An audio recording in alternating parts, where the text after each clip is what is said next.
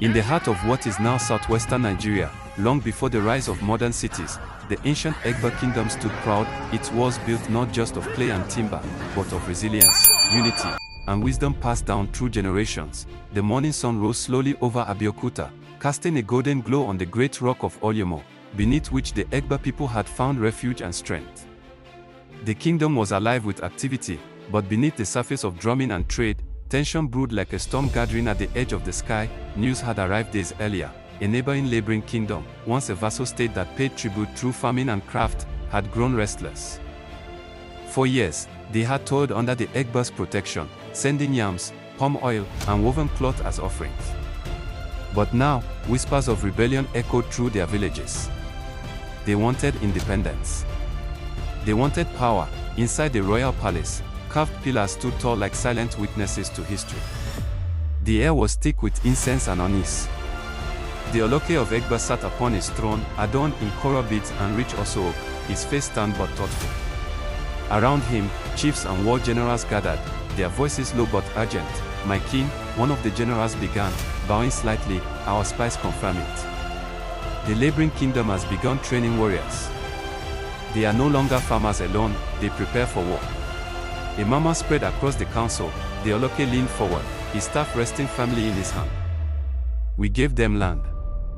We gave them protection. Why would they rise against us now?" An elderly chief cleared his throat. "Power changes the heart, Kobiyisi. They no longer see themselves as subjects. They see themselves as equals." Silence followed. The weight of truth hung heavily in the room. Outside the palace, the sound of hoofs thundered across the earth. Messengers rode in from the outskirts, their horses drenched in sweat, their faces lined with worry.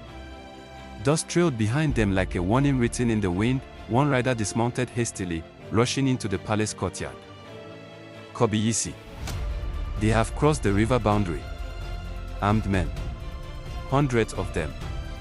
The council erupted into controlled chaos. The Oloke rose slowly, his presence commanding instant silence. "Then we do not wait for them to bring war to our gates. We meet them with the strength of Egba." By midday, the kingdom transformed. Blacksmiths hammered iron into spears and swords. Women gathered supplies, their faces tense but determined.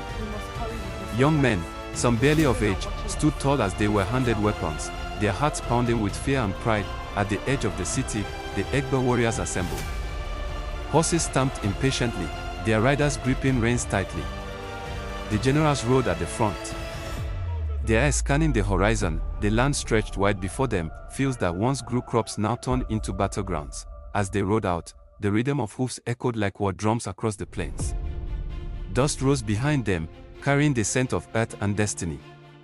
The warriors moved in formation, strategic and disciplined. They knew the terrain better than any enemy. Every hill, every stream, every narrow path had been studied and memorized. The laboring kingdom, though newly armed, lacked the experience of true warfare. But they had numbers and desperation. The first clash came at dusk, arrows cut through the air like whispers of death. Shields clashed, swords rang out, and the cries of men filled the evening sky. The Egba warriors moved with precision, using flanking tactics taught by generations of hunters and defenders. They split their forces, attacking from the sides while a smaller unit drew the enemy forward. The enemy advanced recklessly, driven by anger rather than strategy. From a ridge above the battlefield, one of the Egba generals signaled with his spear. At once, hidden warriors emerged from tall grasses, surrounding the opposing force.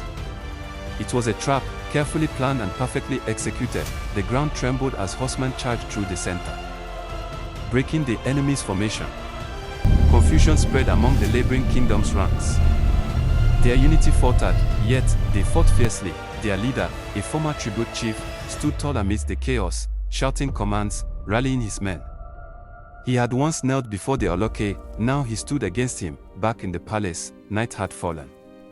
The queen sat quietly, her fingers wrapped around prayer beads. The palace, once filled with music and laughter, now echoed with silence and fear.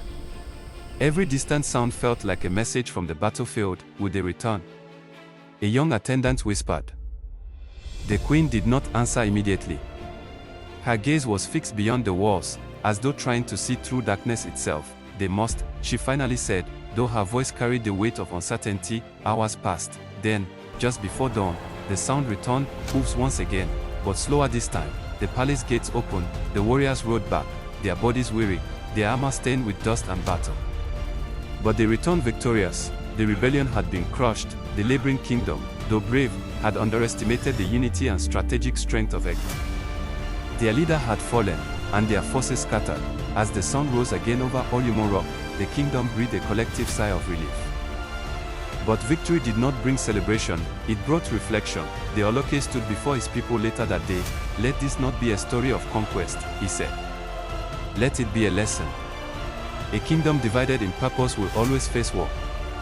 We must rule not just with strength, but with fairness. The people listened, their hearts heavy but hopeful, for in that moment, the Egba Kingdom realized something deeper than victory. Power could win battles, but only wisdom could keep peace.